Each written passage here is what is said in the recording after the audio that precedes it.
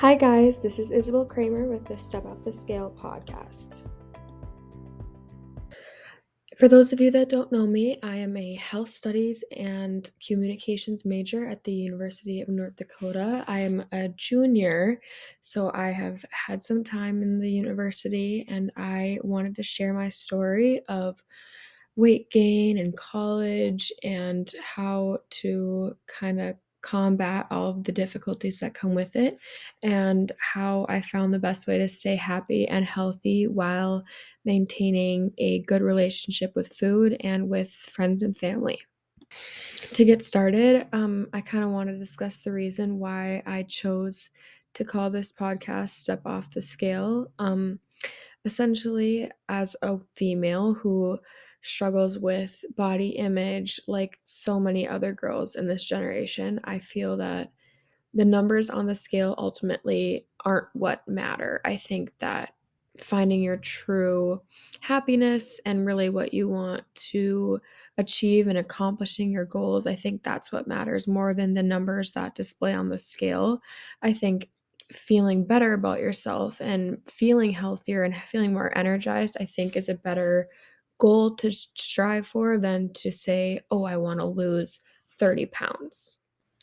With that being said, it definitely is easy to focus on the numbers on the scale, and especially as you're seeing progress, you want to be able to kind of track how well you're doing and kind of see how well you're meeting those goals.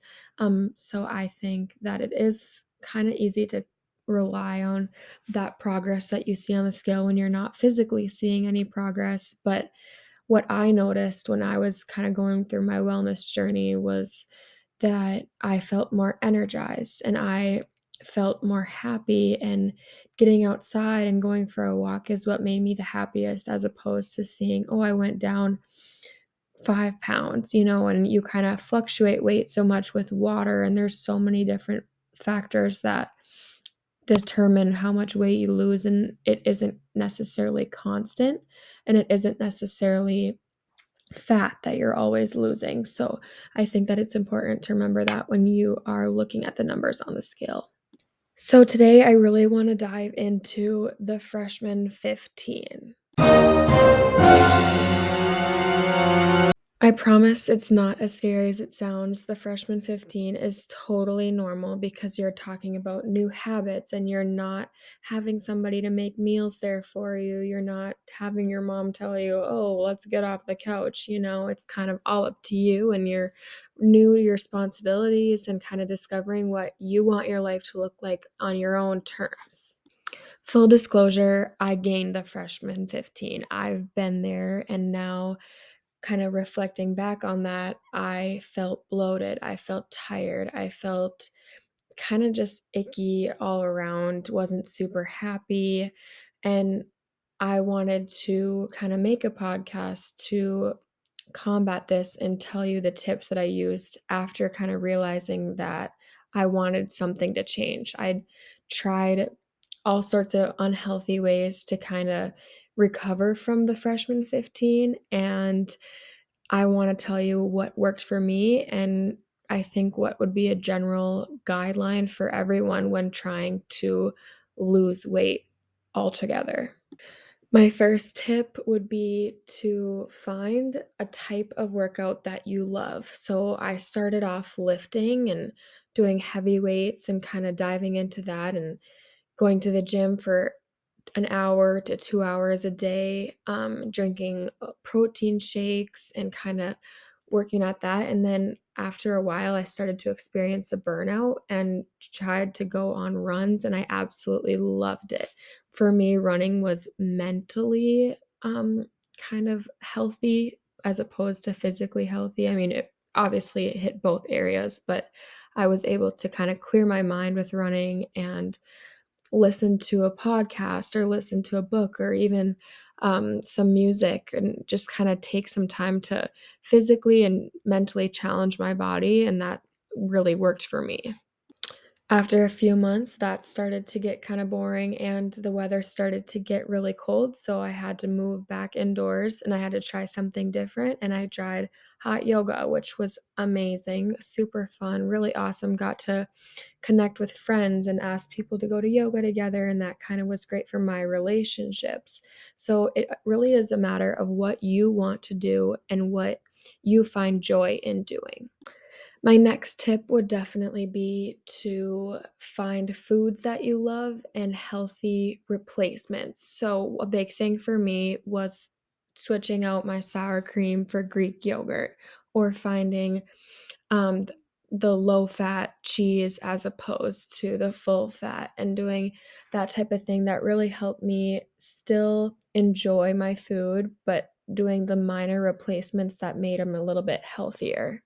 With that, I definitely had to invest more time in meal prepping and prioritizing certain food groups like protein and buying the chicken and the cottage cheese and all of that food that I wouldn't normally prioritize.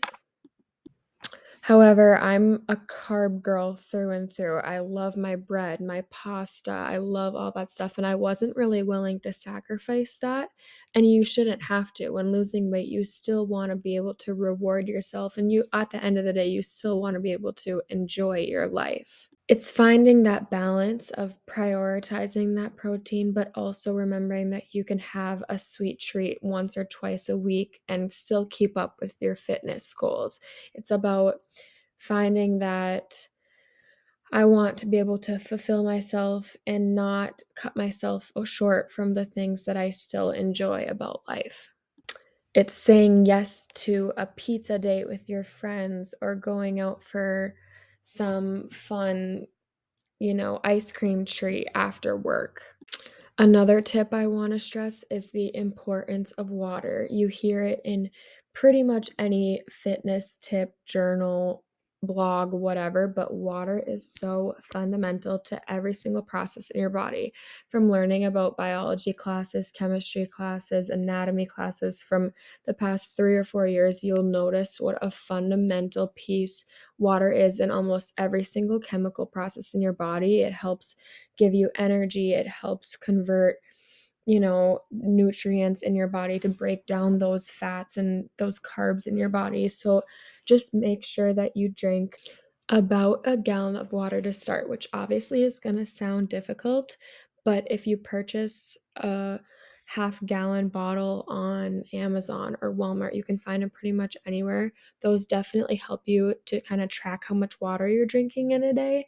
And really, to start, it'll be challenging, but after a while, your body will get used to it and you'll notice what a fundamental difference it makes. These are just a few of many tips that have helped me get started on my weight loss journey and helped me really prioritize, health and wellness over losing weight. So I think that to get started, these tips definitely are the fundamental pieces to finding happiness in weight loss and achieving your health goals. So please tune in for next week for more weight loss tips and seeking happiness and health and wellness overall. As always, thanks for listening.